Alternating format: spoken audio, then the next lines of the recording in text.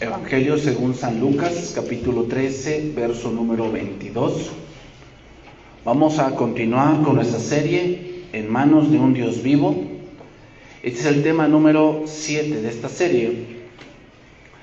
Vamos a continuar con nuestro tema de la semana pasada, Jesús y el infierno, parte número 2. Vamos a continuar analizando lo que Jesús dijo a través de esto, de este lugar. Vamos llegando a esta parte de analizar algunos últimos versos de Jesús. Nos faltaría analizar algunos otros próximos y analizar otros versos más que quiero que analicemos, hermanos, y finalizaremos esta serie. ¿Okay? Lucas capítulo 13, verso número 22.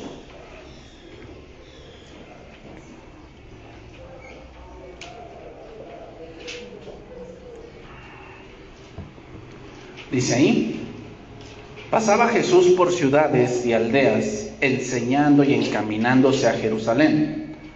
Y alguien le dijo: Señor, ¿son pocos los que se salvan?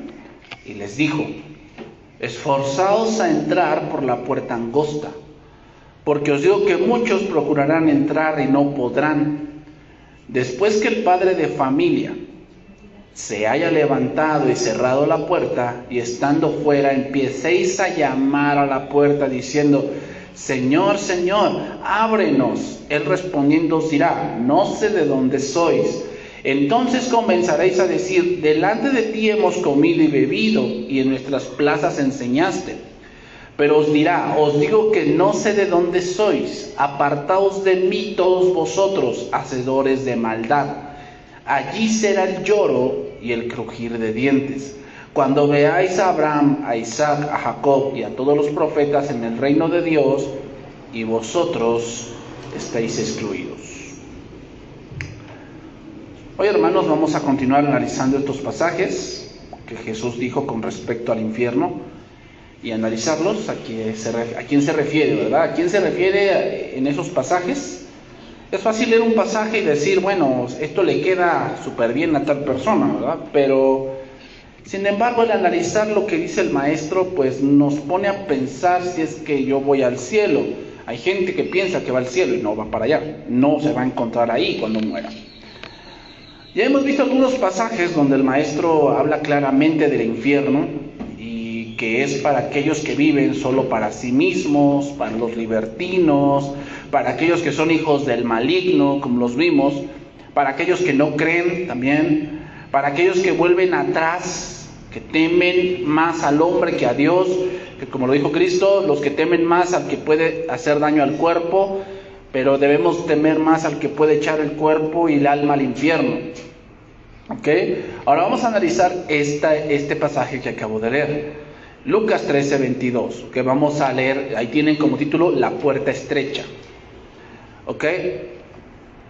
Entonces, Jesucristo utiliza simbolismos para poder ver en esta parte cómo es la entrada al cielo. Si ustedes con más tiempo pueden ver, hay un acueducto en Jerusalén que alimenta la ciudad. El problema de Jerusalén era el agua. Entonces lo que hizo el rey Ezequías, que en la serie de la autoridad delegada ya vamos a llegar a él, después de Usías y después de su hijo llega Ezequías, un rey muy bueno, pero tuvo dos facetas que habría que analizar después. El rey Ezequías hizo un acueducto desde un manantial que eran las alturas, y ese alimentaba lo que es el estanque del Siloé. O sea, el estanque del Siloé no fluye el agua allí, sino que es un acueducto como más o menos de unos 2 kilómetros, y es una maravilla del mundo, porque como lo hicieron fue que está la montaña o está el monte, y empezaron a cavar de tal manera que en el centro se encontraron. La cuestión es cómo lo hicieron, si no había computadoras, no había rayos X, pero de tal manera que sí se encontraron y comunicaron el agua, y el acueducto existe. O sea, de hecho ustedes lo buscan en internet, el acueducto existe y todavía alimenta con agua, pero nada más, ¿qué crees? Nada más entra una persona. O sea, en el acueducto nada más entra. Ese acueducto después sirvió para cuando sitiaron Jerusalén, por ahí escapaban. De hecho, la historia dice que cuando llegó Tito Vespasiano en el año 70 después de Cristo, hubo mucha gente que murió bajo el piso donde estaba el acueducto. O sea, mucha gente se escondió allí para evitar que los mataran. Entonces lo que hicieron los romanos fue cavar el piso. Se empezaron a cavar y los mataron a todos. O sea, murió allí más o menos dicen más o menos unas 5,000 gentes, más o menos, que estaban allí escondidas. Entonces los romanos pues sí fueron muy sangrientos, pero pues obviamente fue una consecuencia de lo que ellos decidieron hacer. Bueno, entonces, tomando esa analogía o ese punto, habla Jesús de la puerta estrecha, un lugar donde solamente entra una persona. O sea, el cielo no es para familias, es para individuos. ¿A qué me refiero? Nadie se salva por nacimiento. Nadie se salva por... O sea, ¿yo nací en un hogar cristiano y por eso soy cristiano? No. Pero ¿sabes de dónde salió ese pensamiento? De los judíos. Los judíos sí piensan así. Los judíos piensan que tú, pues si tú ahorita pues eres mexicano, ¿no? Entonces imaginémonos que tú te quieres volver judío, y te puedes volver judío, ya te haces la circuncisión y empiezas a judaizar, ¿no? Empiezas a dejarte la barba, empiezas a tu kipá, empiezas a guardar comida dietética, comida kosher, empiezas a vestirte como tal, empiezas a muchas cosas, ¿ok?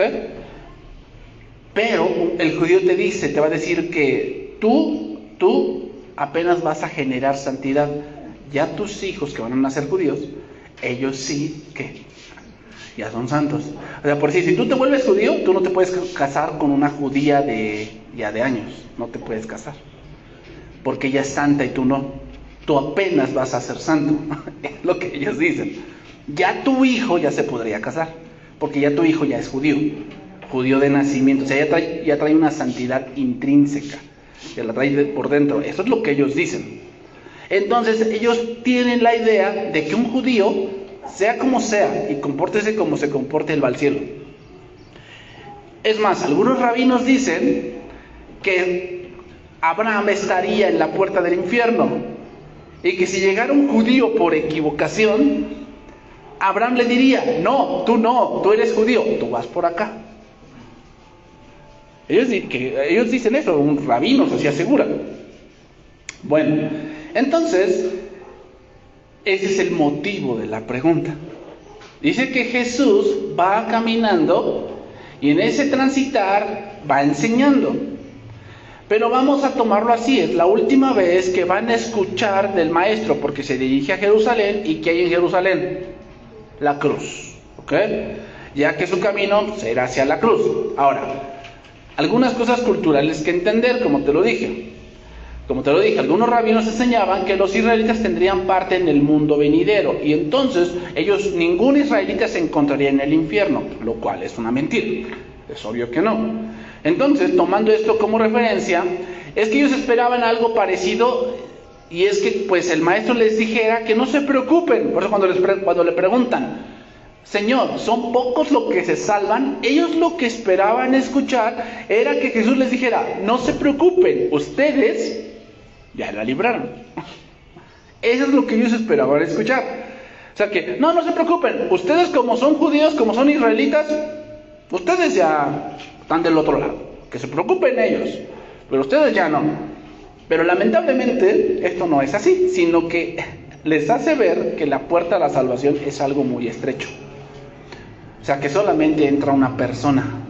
O sea, no puede entrar una familia completa, sino entra una persona. Es decir, tu hijo debe tomar una decisión, o debe creer, más bien dicho. O sea, tu hija debe tomar o debe creer en el Evangelio. ¿A los cuántos años, pastor? Bueno, no te puedo decir a qué edad. Lo que te puedo decir es que si tu hija y tu hijo ya entienden lo que es bueno y lo que es malo, ya es el tiempo en que tu hija o tu hijo deban empezar a escuchar el Evangelio y deban tomar una decisión. ¿De qué? De creer. Algunos puede ser a los 12, otros puede ser a los 10, otros, yo he escuchado de niños que a los 5, a los 6, ¿no? No podemos decir una edad, pero tú conoces a tu hijo, tú conoces a tu hija, entonces tú vas viendo que va creciendo y pues obviamente se empieza a manifestar su naturaleza. ¿Cómo?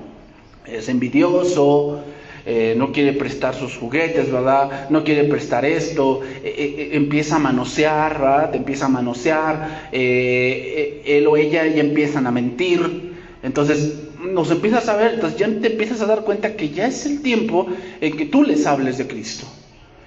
Y obviamente les hables del infierno, es obvio. O sea, como te lo dije la semana pasada, la salvación no está completa si no hablas de que te salvó Dios. O sea, sí, Dios te quiere salvar, ¿de qué? Muchos hijos van a decir, que me salve de ti, ¿no? Pero eso no va a ser. Entonces, tú vas a tener que ir viendo, entonces, pero la salvación es personal. O sea, nada de que mi papá es el pastor, yo por él me salvé, no. La salvación es personal, por eso la puerta es estrecha. La puerta es estrecha. Nada más entra una persona. ¿Ok? Entonces, por eso dice la palabra, el versículo 24 dice, esforzaos a entrar por la puerta angosta. ¿Verdad? Estamos en Lucas 13:24. Entonces, porque os digo que muchos procurarán entrar y no podrán. La traducción viviente lo dice de esta manera, dice, esfuércense por entrar por la puerta angosta del reino de Dios, porque muchos tratarán de entrar, pero fracasarán. Quiero que veamos los títulos del contexto de este pasaje, nada más voy a decir los títulos. El título número 1, o sea, los títulos no inspirados que tiene el capítulo 13 para llegar ahí, arrepentimiento. Luego la higuera estéril habla de Jerusalén. Luego el día de reposo, que ahí hubo una sanación en día de reposo. Luego la mostaza, que es símbolo de la fe. Y luego la levadura, que habla de una mezcla. Porque la levadura en la Biblia siempre es símbolo de pecado, siempre. Y llegamos a este relato. Entonces, teniendo este contexto, ¿cómo es que se esfuerza alguien por entrar? Por decir, en la higuera estéril, ¿de qué recriminó Cristo a la higuera? De que tenía puras hojas, pero no tenía fruto. Esto habla de una vida puramente religiosa, pero que no hay frutos de justicia, no hay frutos de arrepentimiento. Hay mucha gente cristiana, hay mucha gente que es muy religiosa, de verdad, o sea, tú dices, nada más le falta a este hombre ser cristiano. Nada más le falta, ¿has conocido gente así? Que es muy dedicada a muchas cosas, y tú dices, nada más le falta ser cristiano. Es muy esforzada, hay gente que de verdad se esfuerza. O sea, yo conozco gente de la religión popular que es muy dedicada, que hasta le hizo las togas al obispo, ¿no? Al monseñor, le hizo las togas y hasta cuando toca la fiesta de la patrona, ella es la que adorna, ella se esfuerza por traer la banda para cantarle las mañanitas. O sea, son esforzados, pero ¿qué crees? No van a entrar. ¿Los israelitas son esforzados? Te digo que sí, Si tú ves, por decir, hay una parte en Jerusalén, que es una parte, no recuerdo cómo se llama la comunidad, pero es una comunidad de judíos ortodoxos, porque hay diferentes tipos de judíos. O sea, no todos esperan al Mesías, no todos quieren la construcción del templo, no todos, O sea, hay algunos que quieren el templo, pero no quieren sacrificios. Y hay otros que sí quieren el templo, pero sí quieren sacrificios. Y hay otros que creen que el Mesías va a regresar, pero hasta que el templo ya esté funcionando totalmente. Entonces, hay una comunidad de judíos que se llaman judíos ortodoxos, y en esa comunidad no usan cubrebocas. ¿Sabes por qué? Porque ellos tienen la idea de que la vacuna es Torah. Y tú los ves muy dedicados. O sea, los judíos ortodoxos son aquellos que se visten todos de negro y tienen un sombrero grande. Esos son judíos ortodoxos. O sea, que se dedican tiempo completo a la Torah. ves a rabinos caminando y toda la cosa, son hasta niñitos, o sea, los ves vestidos de negro, celebrando, por decir, la fiesta del Hanukkah, la fiesta cuando te acuerdas cuando murió Amán, el perverso Amán, cuando lo colgaron en la misma horca que él había hecho para Mardoqueo. Ellos celebran todo ese tipo de cosas, o sea, son muy dedicados. Pero ¿qué crees? No van a entrar si no creen. Entonces, no confundamos comulgar con cristianismo con creer. Eso es muy importante, hermanos. Tienes que analizar, ok, yo vengo a la iglesia y sé de la Biblia y estoy en el instituto y eso es muy bueno. Pero ¿crees de verdad? Porque si no crees, no vas a entrar. Aquí la cuestión no se gana el cielo por lo que haces, sino por lo que crees.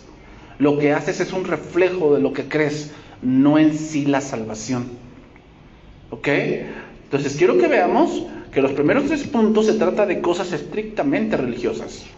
El día de reposo. Condenaron mucho a Jesús porque hacía milagros en día de reposo. O sea, es algo puramente religioso.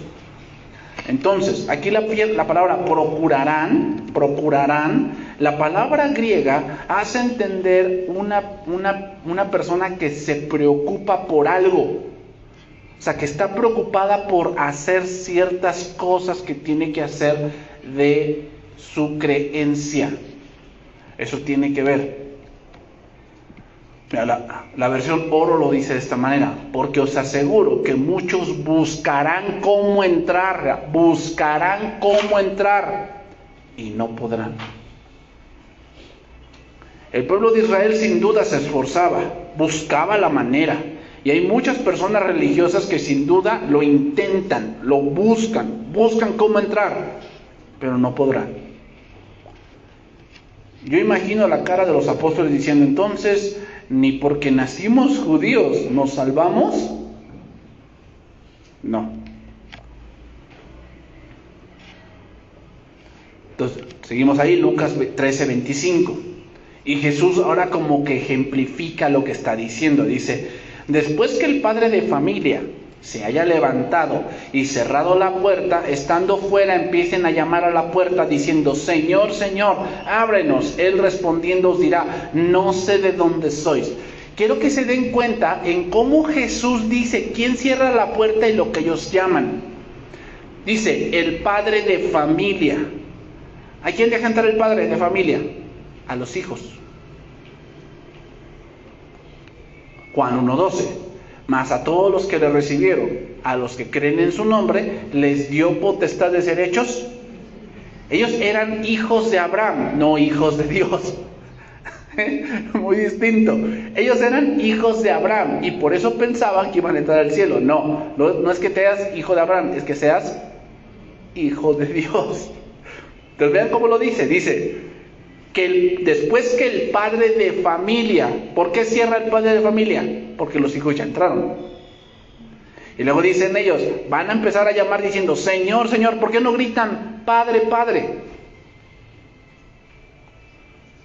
¿Por qué no gritan eso? Bueno, la respuesta es porque no son hijos. Conocen, pero no tienen una relación cercana. Ese es el punto.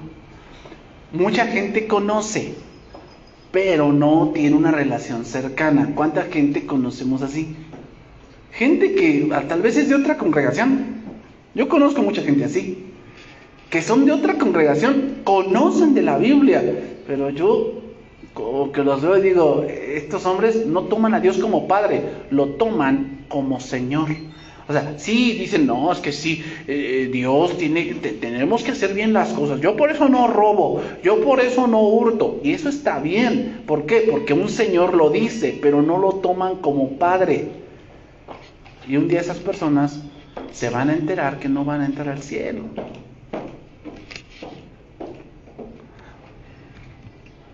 Entonces forzaron, pero jamás entraron. ¿Cuándo se cierra la puerta? Ahí dice que el Padre cerrará la puerta. ¿Cuándo se cierra? Cuando se mueran.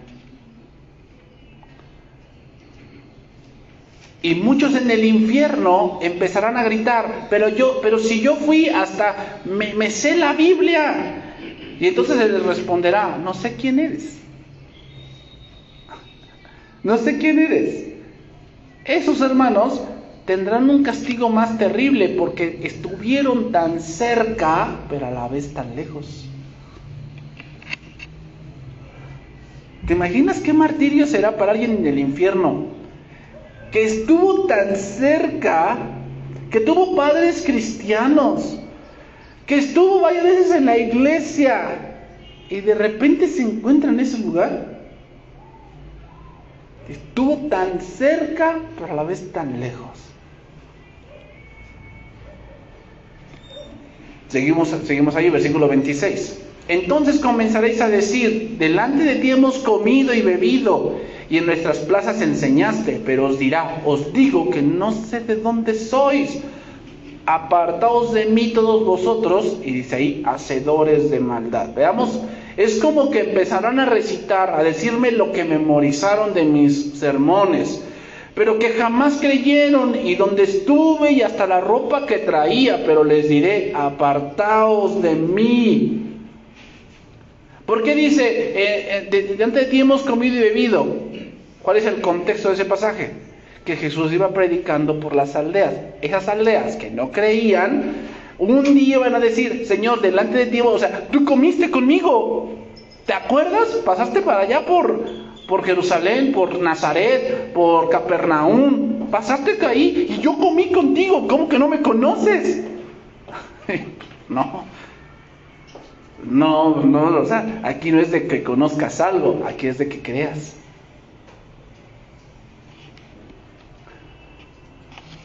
Esta frase, hermanos, hace referencia a una persona que vive sin Dios ni ley, al puro estilo de la vida de los tiempos de los jueces. Cada uno hacía lo que bien le parecía. Eso significa un hacedor de maldad. Es alguien que conoce de Dios, pero vive su vida como bien le parece. Sí, yo conozco de Dios, pero pues yo, no es para tanto. No es para tanto. Es que hay muchos que no entienden a qué se refiere la Biblia, pero no es para tanto. Ese tipo de personas, hay de ellos, porque van a decir: ¿qué no me conoces, Señor? Y el Señor les va a decir: no te conozco. Versículo 28. Allí será el lloro y el crujir de dientes cuando veáis a Abraham, a Isaac y a Jacob y a todos los profetas en el reino de Dios, y vosotros estéis excluidos.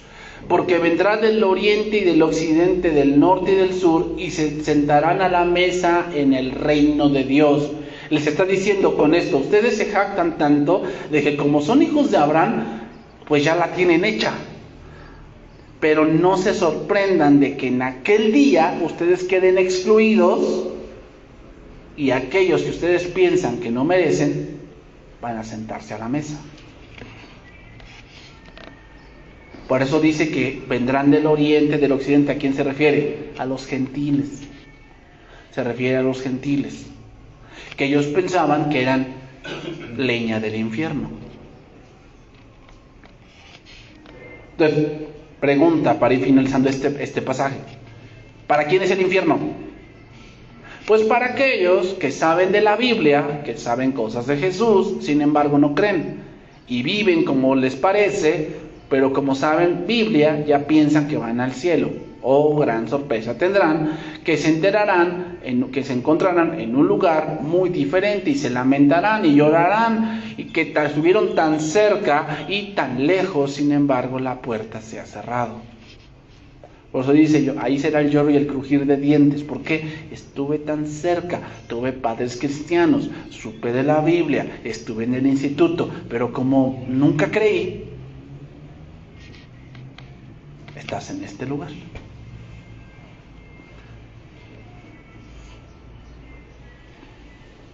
Entonces, ¿para quién es el infierno? Para aquel que no cree y aún así sabe. ¿Te imaginas qué gran sufrir para una persona que sí sabe de la Biblia, pero no cree? Se va a ir al infierno.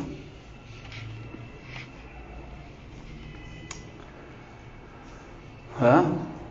Porque luego, o sea, perdónenme por esto que voy a decir, hermanos, pero luego muchas veces conocemos a gente muy cercana a nosotros que pensamos que va al cielo y deseamos que vaya al cielo porque asiste a una iglesia, pero tú sabes que no cree. Va a una iglesia y conoce un poco de la Biblia, pero tú te das cuenta que no cree, porque lleva una vida como bien le parece. ¿Tú piensas que va al cielo? Tú deseas que sí, y yo también deseo que sí. Yo también tengo familiares que van a una iglesia, que van a una congregación, pero yo veo claramente que no creen, porque llevan una vida contraria a lo que la Biblia dice, a lo que Jesús quiere. Y yo estoy certero de que aunque van a la iglesia, no van al cielo. Y eso, si duele, claro que sí. Que son tíos, son primos, son gente que yo conozco, que conocí desde muy pequeño, y sé que no van al cielo. Lo sé. Y se congregan. O sea, como hoy domingo se congregan. Pero no creen.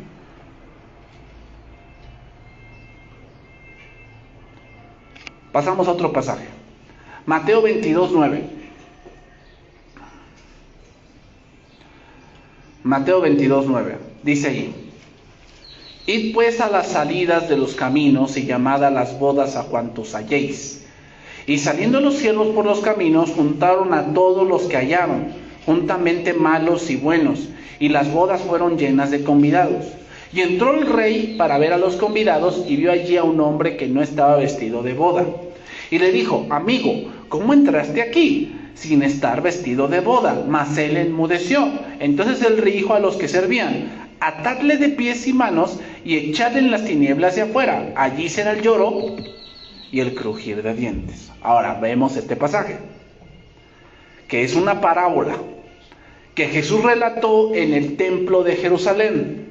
Y su audiencia era algo peculiar, y es que era el pueblo que estaba allí deseando escuchar las enseñanzas de Jesús, pero también estaban las autoridades religiosas, estaban los fariseos y los sacerdotes, ¿no? En el capítulo 21, versículo 23, dice esto: Cuando vino al templo, los principales sacerdotes y los ancianos del pueblo se acercaron a él mientras enseñaba y le dijeron: ¿Con qué autoridad haces estas cosas? ¿Y quién te dio esta autoridad? Ahí estaban las autoridades. Luego, en el versículo 45 dice: Y oyendo sus parábolas, los principales sacerdotes y los fariseos entendieron que hablaba de ellos. ¿Cuál era esta parábola? La parábola de los labradores malvados. Cuando dice que tuvo una viña, la arrendó a unos hombres y del tiempo mandó hombres a recoger los frutos, y dice que los afrentaron, los mandaban desnudos y algunos mataron. ¿A quién se refiere? La viña es Israel, el pueblo, y los labradores son los fariseos, a quienes se les encargó discipular al pueblo. Cuando Dios enviaba profetas para ver cómo estaba la situación con su pueblo, ¿qué hacían con ellos?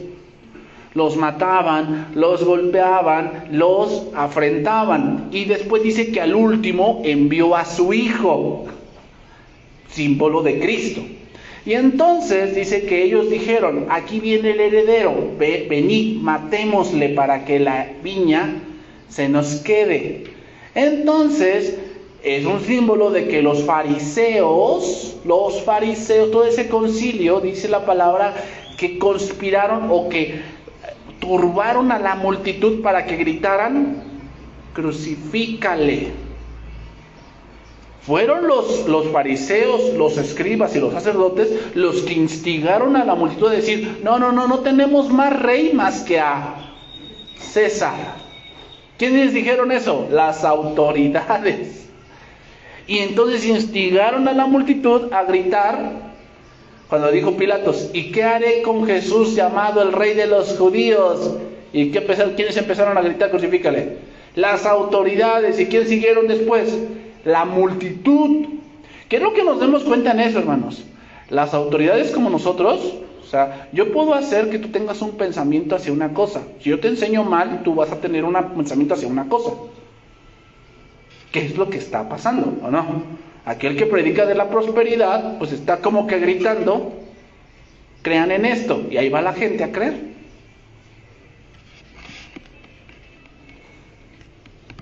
Entonces, dice que quitaría la viña y se la daría a otros. Entonces dice que ahí entendieron que hablaba de ellos. O sea, ellos lo entendieron. Entonces, capítulo 22, versículo 1. Ahí sigue el relato. O sea, terminó esa parábola e inmediatamente viene la otra. Entonces le dice, respondiendo Jesús les volvió a hablar. O sea, ahora les va a enseñar otra cosa. El reino de los cielos es semejante a un rey que hizo fiesta de bodas a su hijo. ¿Quién es el rey? El Padre, ¿ah? El Padre. ¿Quién es el Hijo? Cristo. ¿Quiénes son las bodas? ¿Qué son las bodas? La salvación. La salvación, esas son las bodas. ¿Por qué? Porque la viña en el anterior parábola era el Jerusalén, pero de las revelaciones de Dios. Israel tendría que ser el ejemplo de lo que Dios era con ellos. Y por eso Dios le dice, ustedes deben ser santos. Santos significa ser diferentes. Entonces, la misión era que Israel, en medio de pueblos cananeos, fuese un pueblo distinto. Pero ¿qué fue lo que pasó? Se empezaron a volver como ellos. Entonces Dios por eso los mandó a esclavitud y los disciplinó. ¿Sabes por qué? Porque si el Señor no hubiese hecho eso, Israel hubiese desaparecido. Es decir, si hubiera terminado de mezclar con todos los pueblos, que al final Israel iba a ser un cananeo más. Por eso Dios tuvo que... No permitió que se mezclaran, no, los mandó a disciplina. Y tanto fue la disciplina que hoy velos, o sea, hoy así los dispersen, ellos persisten en sus costumbres, porque aprendieron bien claramente eso, ahora tienen otro tipo de idolatría, ¿verdad? Entonces, dice allí, y envió a sus siervos a llamar a los convidados a las bodas, mas estos no quisieron venir. ¿Quiénes son estos que llamaron? Los profetas que envió el Señor, que los convidaban ¿a qué? A que se arrepintieran, a que buscaran de Dios, a que buscaran de Jehová, a que volviesen de sus caminos. Bueno, y dice, mas estos no quisieron venir. Y volvió a enviar otros siervos diciendo, decid a los convidados, he aquí he preparado mi comida. Mis toros y animales engordados han sido muertos y todo está dispuesto, venid a las bodas. ¿Qué quiere decir ese versículo? Que ellos nunca entendieron el motivo de los sacrificios. Si tú lees Isaías capítulo 1, el Señor les dice que está harto de sus sacrificios. ¿Sabes por qué? Porque eran como los narcos. ¿Sabes cómo son los narcos, no? Acaban de matar a una familia. O sea, mataron a una familia, así pasa escenas en las películas, ¿no? Mandaron a matar a una familia mientras ellos están en misa. ¿verdad? Están en misa ahí con su mamá y sí, están oyendo al padre, toda la cosa, mientras por detrás, en esa misma hora, están matando a una familia. A ver, o sea, tú estás supuestamente que en la casa de Dios, supuestamente, y que sí, que te persignas y tomas la hoz y toda la cosa, mientras por detrás tienes una orden de asesinar a alguien. Así eran los israelitas. Se habían vuelto así, ¿cómo? Eran bien tranzas. Pero el día del sacrificio traían lo mejor. ¿De dónde? De la tranza. Sí. Entonces por eso dice el Señor, ya no me traigas eso, o sea, la verdad, o sea, me molesta que tú trates como de maquillar la vida tan errada que llevas. Eso fue lo que les dijo el Señor Isaías capítulo 1. O sea, ya estoy hastiado de sus oblaciones, sus sacrificios de paz, no las puedo soportar. Entonces, ¿qué quiere decir? Ellos nunca entendieron la semblanza que había detrás de los sacrificios. Nunca lo entendieron. Nunca comprendieron que todo apuntaba a Cristo. Nunca lo entendieron. Ellos siguieron haciendo sus cosas como una simple rutina. Nunca entendieron lo que había detrás. Que vendría algo mejor. Nunca lo entendieron. Entonces por eso dice el versículo 5, mas ellos sin hacer caso se fueron, uno a su labranza y otro a sus negocios, ¿no? O sea, ya estaban en un punto de yo ya cumplí. O sea, me toca dar tanto, yo ya cumplí, Señor, yo ya cumplí, o sea, no me pidas más, yo estoy cumpliendo. Y si otros tomando a los siervos, los afrentaron y los mataron. Entonces estamos de acuerdo que aquí el rey es el Padre y el Hijo es Jesucristo. El banquete es la salvación y los primeros invitados son los judíos, ¿verdad? Cuando rechazaron la invitación del rey, pues son invitados los gentiles. ¿Qué hicieron los judíos? Pues lo que vemos relatado en los jueces: Ruth, Esther, Samuel, Reyes, Crónicas, Salmos, los profetas. Hermanos, la salvación siempre ha estado allí, siempre. Solo que se hizo más evidente en el Nuevo Testamento con Jesucristo. Versículo 7. Al oírlo el rey se enojó y envió sus ejércitos y destruyó a aquellos homicidas y quemó su ciudad. ¿A qué ejército se refiere? El imperio babilónico, el imperio asirio, el imperio medo-persa, el imperio griego y el imperio romano. A eso se refiere. Entonces dijo a sus siervos: las bodas a la verdad están preparadas, mas los que fueron convidados no eran dignos. Id pues a las salidas de los caminos y llamad a las bodas a cuantos halléis. Ahí ¿a quién se refiere? A los gentiles, a nosotros. Y saliendo los siervos por los caminos, juntaron a todos los que hallaron, juntamente malos y buenos. Las bodas fueron llenas de convidados. Entonces dice, y entró el rey para ver a los convidados, y vio allí un hombre que no estaba vestido de boda, y le dijo: amigo, ¿cómo entraste aquí sin estar vestido de boda? Mas él enmudeció. Como te lo expliqué, cuando te invitaban a una boda, te daban el vestido. O sea, el rey te invita a una boda, aquí está el vestido con el que tienes que ir. Tienes que ir con este vestido, si no te van a dejar entrar. Entonces, por eso se sorprende y dice: amigo, ¿cómo entraste aquí? Ahora, ¿qué quiere decir la parábola? ¿Que va a haber colados en el cielo? No. Lo que está diciendo es que va a haber gente que va a querer llegar al cielo a través de sus obras. Y oh, gran decepción, se va a encontrar con otra cosa. Voy a citar un pasaje para comparar. Gálatas 3:24. Voy a citar ese pasaje que estamos viendo de que, amigo, ¿cómo estás aquí, no? Gálatas 3:24 dice: de manera que la ley ha sido nuestro ayo para llevarnos a Cristo, a fin de que fuésemos justificados por la fe. Pablo, en la epístola a los Gálatas, va a tratar un asunto muy importante, y es el judaizar. ¿Qué es judaizar? Significa que hoy muchos quieren volverse cristianos judíos, que hay que guardar el día de reposo, que hay que guardar que no hay que comer cerdo, no hay que comer sangre, que pues obviamente debes de guardar ciertas cosas que el Señor dijo, panes sin levadura, el vino debe ser un vino como lo hacían en esos tiempos, ¿verdad? Machacado con los pies. Y sí hay vinos así, caros, pero sí los hay. O sea, por decir, dice, cuando hagan la cena del Señor debe ser pan judío, porque ese fue el que el Señor tomó. ¿Y tú pides que al Señor le interese eso? Si así fuese, no lo hubiera dicho en la Biblia. Lo hubiera dicho: ¿saben qué? Cuando se le ve la cena del Señor, procuren que el pan sea kosher. No lo hubiera dicho. O sea, si eso fuese importante. Pero hermanos, el reino de los cielos no es comida ni bebida, por favor. O sea, hermanos, yo voy a empezar a entrar a pensar, a enseñar un poquito de eso, porque yo estoy viendo que se está metiendo mucho eso en la iglesia. Y lamentablemente esos judíos o judaizantes son muy convincentes de que casi que te ponen a entrar. Ay, sí es cierto. A ver, ¿Jesucristo nació un día de reposo o el domingo? Y sacan su lógica los judaizantes esos. Porque el domingo, la palabra domingo significa día del Señor.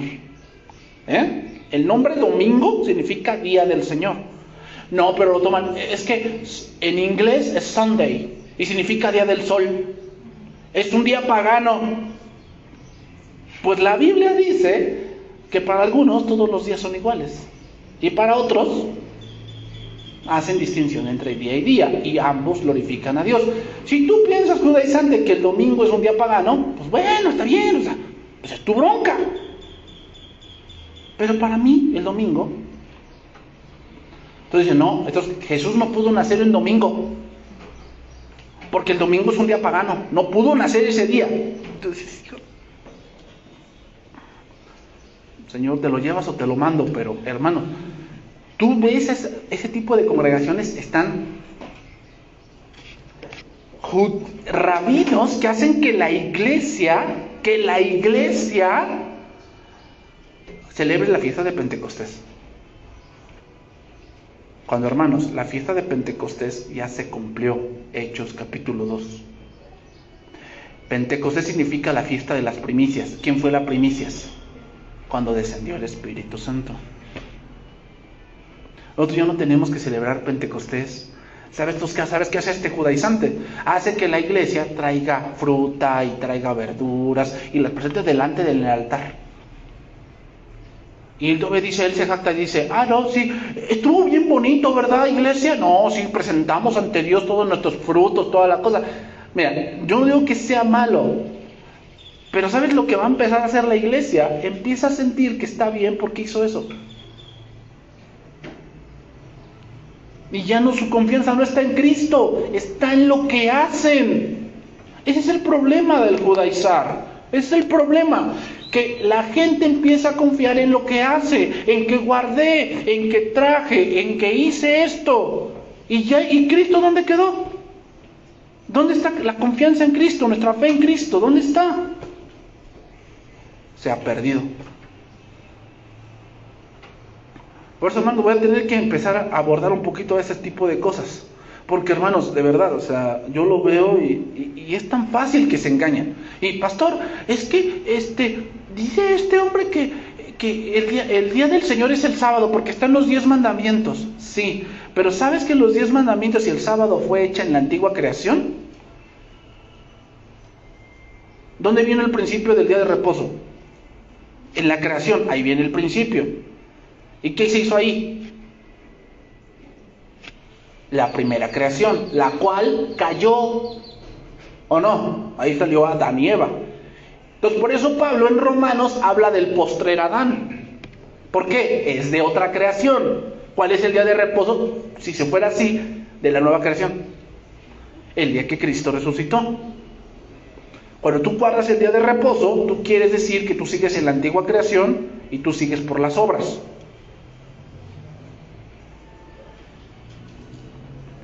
¿Te das cuenta? Pero no, estamos mal, pastor. Estamos mal, estamos pecando porque no guardamos tal día. Yo te diría, erráis ignorando las escrituras y el poder de Dios. De verdad, o sea. Y hay gente que sí, se la cree, en verdad. Bueno, es que el diezmo es de la ley. A ver, te voy a explicar. Vamos a poner este principio. ¿Para qué eran los diezmos? ¿Cuál era el propósito? 2 propósitos. Número 1, mantenimiento del templo. ¿No? Hay que darle mantenimiento. Y número 2, mantenimiento de los sacerdotes. ¿Verdad? ¿Cuándo diezmó Abraham? ¿Había ley? No. ¿A quién diezmó? A ese hombre llamado ¿qué? Melquisedec. ¿Ok? Ponemos ese punto, Melquisedec. Sigue el tiempo, llega Moisés y pone la ley. Y ahí se levanta un sacerdocio llamado el sacerdocio arónico. Y ahí empieza un diezmo distinto. Sigue adelante y viene Cristo, que es el sacerdote según qué. Entonces, ¿cuál es el diezmo que continúa? Melquisedec. Y es un diezmo que no tiene fin. Hay 2 tipos de diezmo: el diezmo de la ley y el diezmo de Melquisedec. ¿En cuál estamos nosotros? O sea, aquel que dice de la ley, pues no ha entendido la palabra en verdad. O sea, por favor. Esto lo dice Hebreos, ¿o no lo dice? Hebreos capítulo 7. ¿Se dan cuenta? O sea, es que de que toman de chile, mole, pozole. No, es que dice aquí que esto, o sea, por favor, ¿verdad? O sea,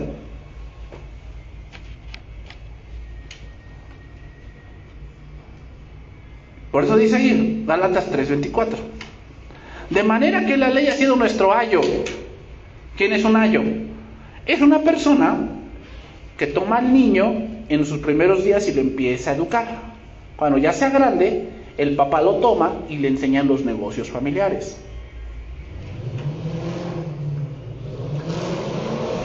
Dice ahí, para llevarnos a Cristo, a fin de que fuésemos justificados por la fe. Pero venida la fe, ya no estamos bajo ayo. Ayo aquí representa la ley, otra vez. Pues todos sois hijos de Dios por la fe en Cristo Jesús. Porque todos los que habéis sido bautizados en Cristo, de Cristo estáis revestidos. ¿Qué le dijo el rey a este hombre? Amigo, ¿cómo entraste aquí si no estás vestido de bodas? Y aquí dice que de Cristo estamos, ¿qué? Revestidos. Pablo en estos pasajes está hablando de cómo se recibe el Espíritu Santo.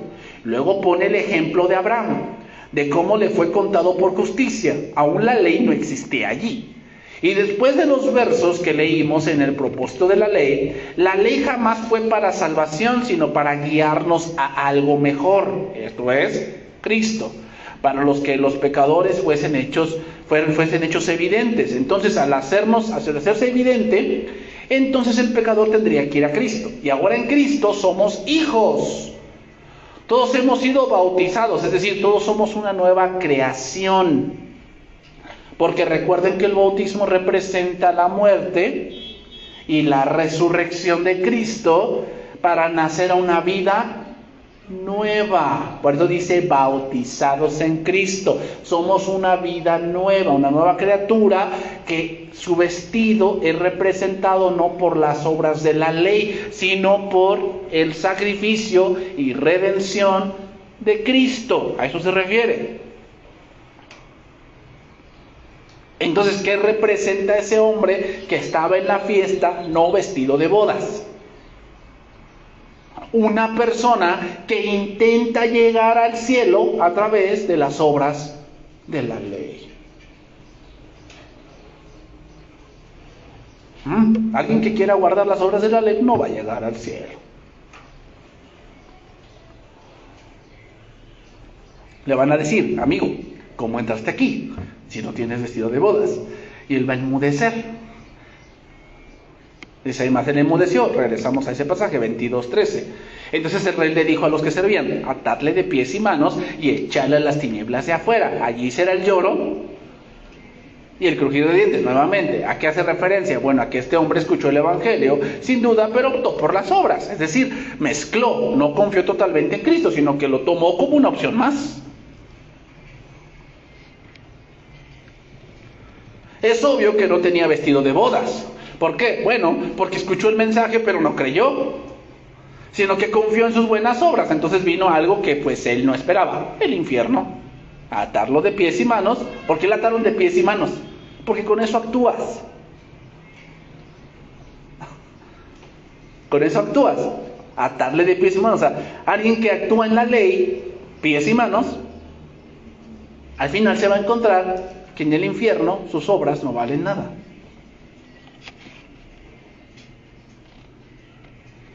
Por eso dice el 14, porque muchos son llamados, o sea, significa, a muchos se les presenta el evangelio, pero pocos creen. Prácticamente Jesús está afirmando que muchos son invitados y las bodas es decir la salvación, pero no todos van a creer. Y los que no crean, pues se van al infierno. Voy a tocar el último verso, hermanos. Mateo 24:48, y con esto vamos a ir terminando. Todavía me falta tocar 2 versos más. Falta tocar el verso de los talentos, que ese está interesante, hay que ver a qué se refiere, y el verso del juicio de las naciones. Falta tocar esos 2 versos más, ¿ok? Y obviamente, ¿saben qué más hay que tocar? No solamente Jesús habló del infierno, en los evangelios. También habló del infierno en el Apocalipsis, porque recuerden que Apocalipsis es una revelación de Jesucristo. Entonces lo que se dice allí, Jesucristo lo dijo. Hay que analizar esos pasajes también, que es lo que quiero que analicemos, y vamos a ir culminando esta serie. Entonces dice aquí, 24:48 de Mateo: pero si aquel siervo malo dijera en su corazón, mi señor tarda en venir, y comenzar a golpear a los consiervos y aún a comer y a beber con los borrachos, vendrá el señor de aquel siervo en el día que no espera y a la hora que no sabe, y lo castigará duramente y pondrá su parte con los hipócritas. Y allí será el lloro y el crujir de dientes. Nuevamente se da ese pasaje o esa afirmación. Vamos a llegar aquí, ahora llegamos aquí a una parábola que es difícil, hermanos, pero las palabras de Jesús son claras. Primero, contexto. Jesús viene hablando de su regreso, el fin de los tiempos, y eso viene hablando desde el versículo 1. En el versículo 1 del capítulo 24, dice que le empiezan a mostrar todo el templo y se lo empiezan a presumir.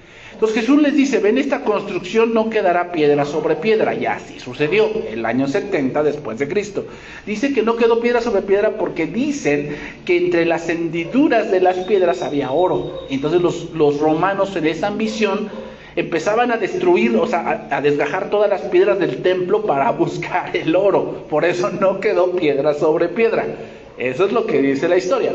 Entonces, al oír los discípulos que Jesús les dice que no va a quedar piedra sobre, entonces le empiezan a preguntar, versículo 3, y le dice, estando sentado en el monte de los olivos, los discípulos se le acercaron aparte diciendo, dinos, ¿cuándo serán estas cosas y qué señal habrá de tu venida y del fin del siglo? Esas son las 3 preguntas que le hacen. Número 1, ¿cuándo serán estas cosas? ¿De qué? La destrucción del templo. A eso se refiere.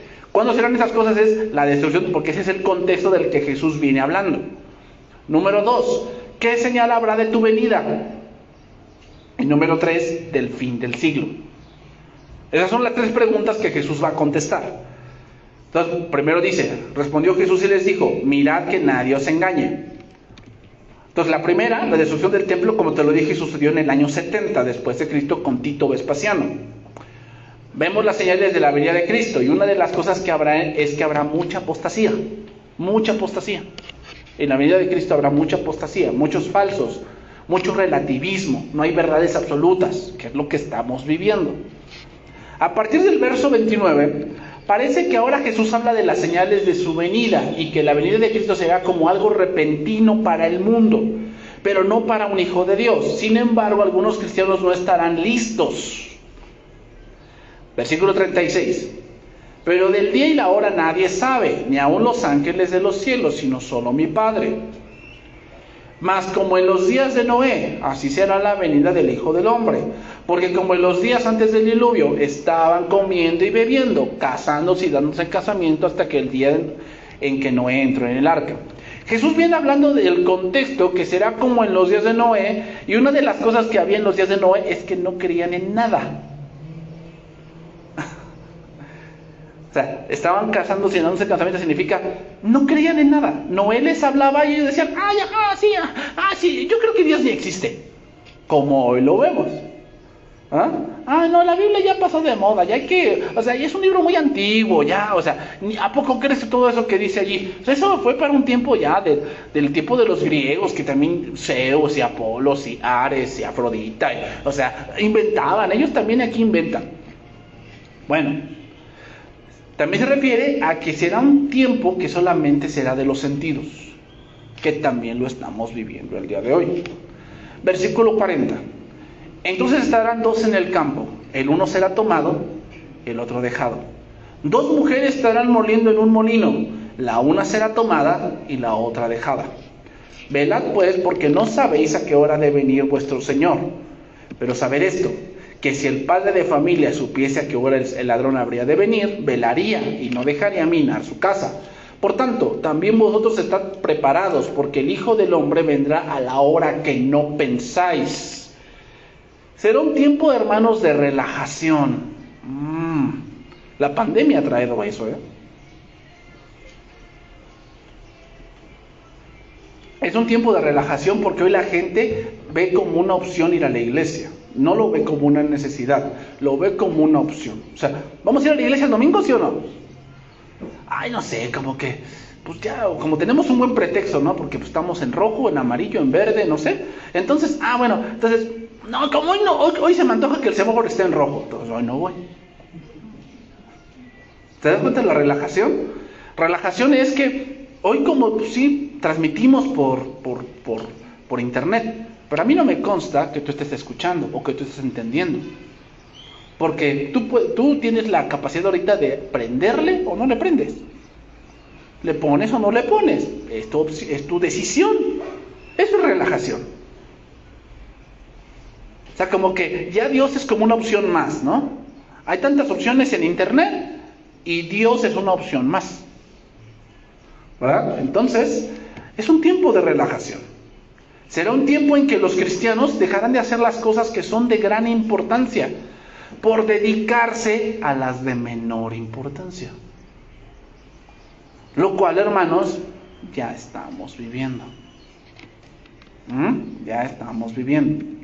Si supieran que viene el tiempo, no descuidarían lo importante. Porque dice el padre de familia. ¿Qué es lo importante para el padre de familia? Su familia. Si supiera el padre que el ladrón viene hoy a dañar a su familia, ¿dormiría? No, si yo supiera que vienen a dañar a mi familia, pues agarro un bat y agarro algo para defenderme, ¿verdad? O aseguro bien mi casa, que diga, no, ¿por dónde puede entrar? Por acá, le pongo malla y toda la cosa y que no puedas. Ese día no duermo, porque yo sé que va a venir el ladrón a hacer un daño. Pero parecerá en esos tiempos como que el cristiano no sabe que el tiempo se acerca, y entre más se acerca el tiempo, más se relaja. Y no es para tanto. No seas religioso, no seas legalista. Ay, ni que por un día, ¿a poco Dios se enoja por un día? Entonces, viene la pregunta que hace para afirmar algo. ¿Quién, pues, versículo 45, es el siervo fiel y prudente del cual puso su Señor sobre su casa para que les dé alimento a tiempo? ¿A qué se refiere ese versículo? Se refiere a, hermanos, los siervos que tienen que dedicarse a enseñar. El contexto es el padre de familia.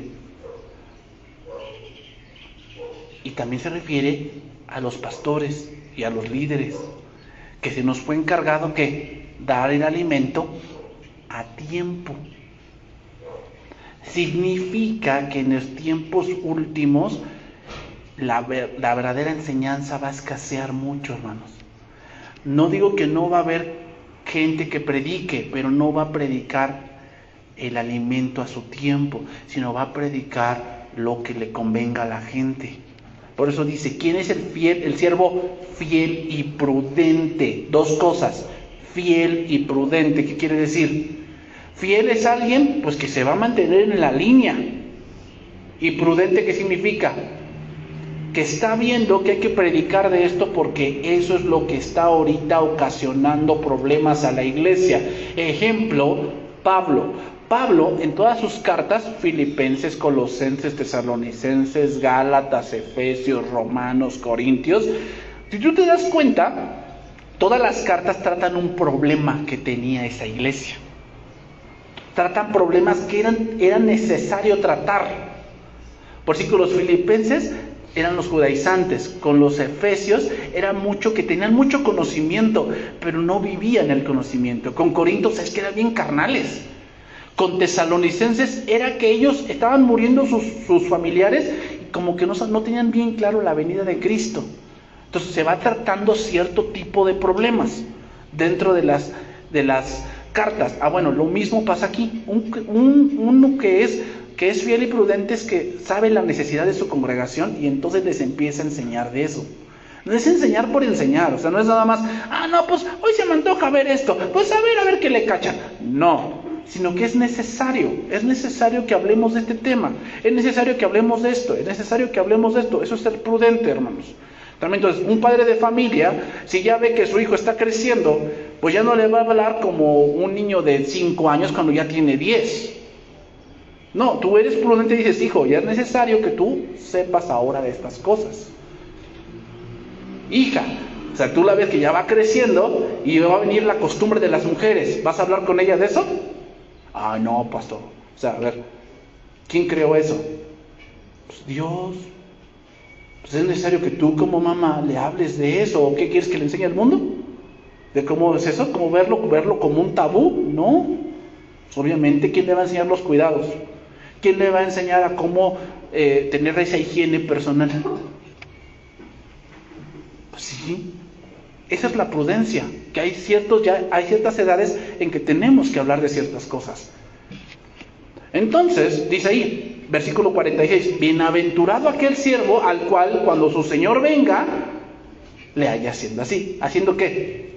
Pues manteniéndose en esa línea. De cierto os digo que sobre todos sus bienes le pondrá, versículo 48. Ahí viene. Pero si aquel siervo malo dijese en su corazón, mi señor tarda en venir. ¿Ah? Así como que, no, pues es que esto es muy pesado, esto es algo que no me gusta. Pues vamos a hacer otra cosa, ¿no? Y comenzar a golpear a sus consiervos. Es decir, golpear aquí no se refiere literal, que si es literal, pues es súper vano esto, ¿no? Algo muy crítico. Sino se refiere a algo que vimos como el día de ayer, ¿verdad? Los que fueron conmigo, así como que pasaron a un, no sé cómo llamarlo, pero bueno, una persona que llegó, que estaba a punto de transmitir. y le dicen, le dice una persona, ¿quiere agua? Y está como que todo serio. Y aquí abajo le hace así. En serio, o sea, nosotros lo vimos. Eso es golpear a tu consiervo. O sea, sí, o sea, yo tengo la autoridad, pero jamás la autoridad es para maltratar, en el sentido de que pues te pisoteo. No. Y así, y en plena transmisión se ve cómo lo hace. Y después ya, bendiciones, hermanos.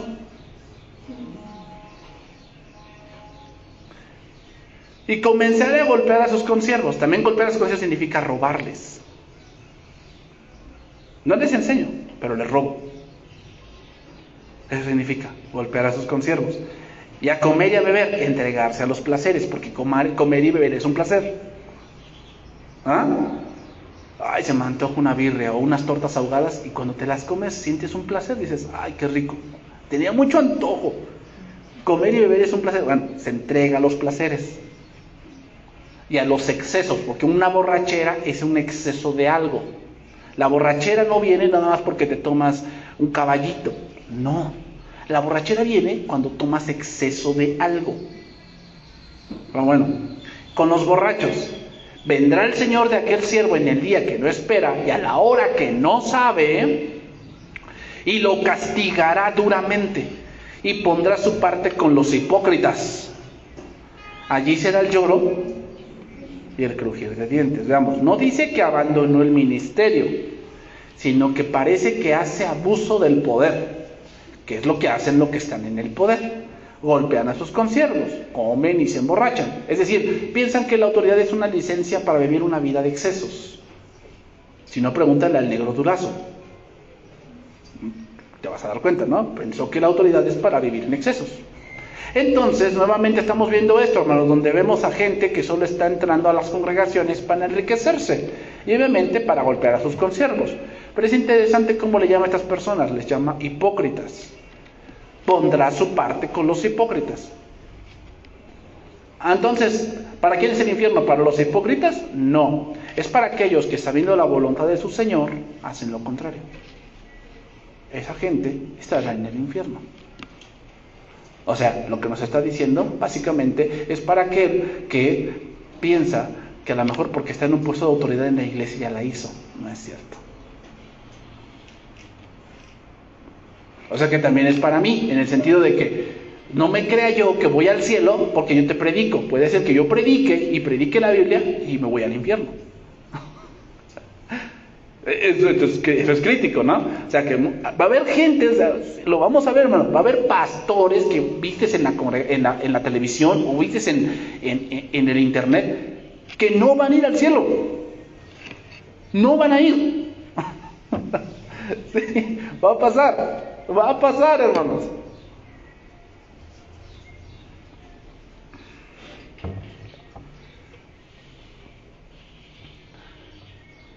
Entonces, Satanás siempre engaña con la frase mañana, mañana. Tal vez esa mañana no venga más. Yo me puse a pensar en esto que sucedió hace una semana, ¿verdad? Que tú sabes que se cayó el metro y murieron 26 personas.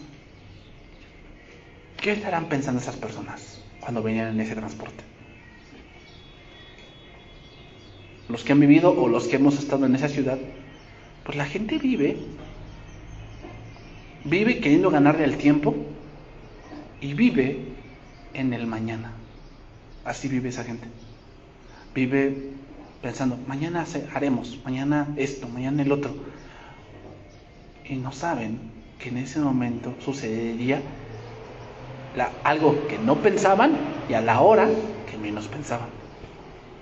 Así como sucedió eso que vimos ahí en la televisión, no burlándome, sino así como vimos eso, así será la venida de Cristo. La gente estará pensando en qué va a hacer de su vida y de repente Cristo vendrá a la hora que menos piensan y en el momento que menos piensan. Y ya vemos las noticias que dicen, es que la gente ya había avisado que esto, que el otro. Bueno, otra cosa. Entonces, tomando como ejemplo eso, Cristo ya lo está avisando que Él viene pronto. No vaya a ser que sigamos pensando en que mañana y venga Cristo y nos halle en otras cosas.